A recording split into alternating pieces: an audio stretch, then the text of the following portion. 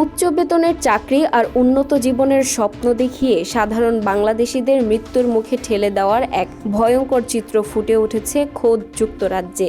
মানব পাচারের অভিযোগে এই প্রথম একটি বাংলাদেশি মালিকানাধীন প্রতিষ্ঠান dream home travels and tours লিমিটেডের ওপর কঠোর নিষেধাজ্ঞা আরোপ করেছে ব্রিটিশ সরকার। এই প্রতারণার জাল কতটা গভীরে আর কিভাবে আমাদের যুবকদের যুদ্ধের ময়দানে পাঠানো হচ্ছিল তা জানলে আপনিও শিউরে উঠবেন।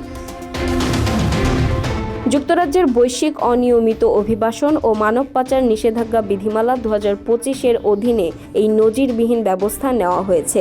ব্রিটিশ পররাষ্ট্র দপ্তরের তদন্তে বেরিয়ে এসেছে এক চাঞ্চল্যকর তথ্য। ড্রিম হোম ট্রাভেলস মূলত রাশিয়ার সেবা খাতে উচ্চ বেতনের চাকরির প্রলোভন দেখিয়ে সামাজিক যোগাযোগ মাধ্যমে বিজ্ঞাপন দিত, কিন্তু সাধারণ বাংলাদেশিরা সর্বস্ব বিক্রি করে রাশিয়ায় পৌঁছানোর পর দেখতেন সম্পূর্ণ ভিন্ন চিত্র। সেখানে তাদের কোনো চাকরিতে নয়, বরং জোরপূর্বক পাঠানো হতো ইউক্রেনের বিরুদ্ধে রাশিয়ার চলমান যুদ্ধের সম্মুখ সমরে। সেবা খাতের বদলে তাদের হাতে তুলে দেওয়া হতো অস্ত্র।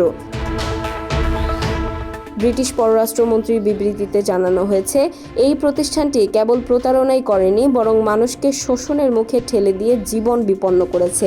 এই অপরাধে প্রতিষ্ঠানের মালিকের যুক্তরাজ্যে থাকা যাবতীয় সম্পদ জব্দের নির্দেশ দেওয়া হয়েছে এবং দেশটিতে তাদের কার্যক্রম সম্পূর্ণ নিষিদ্ধ করা হয়েছে।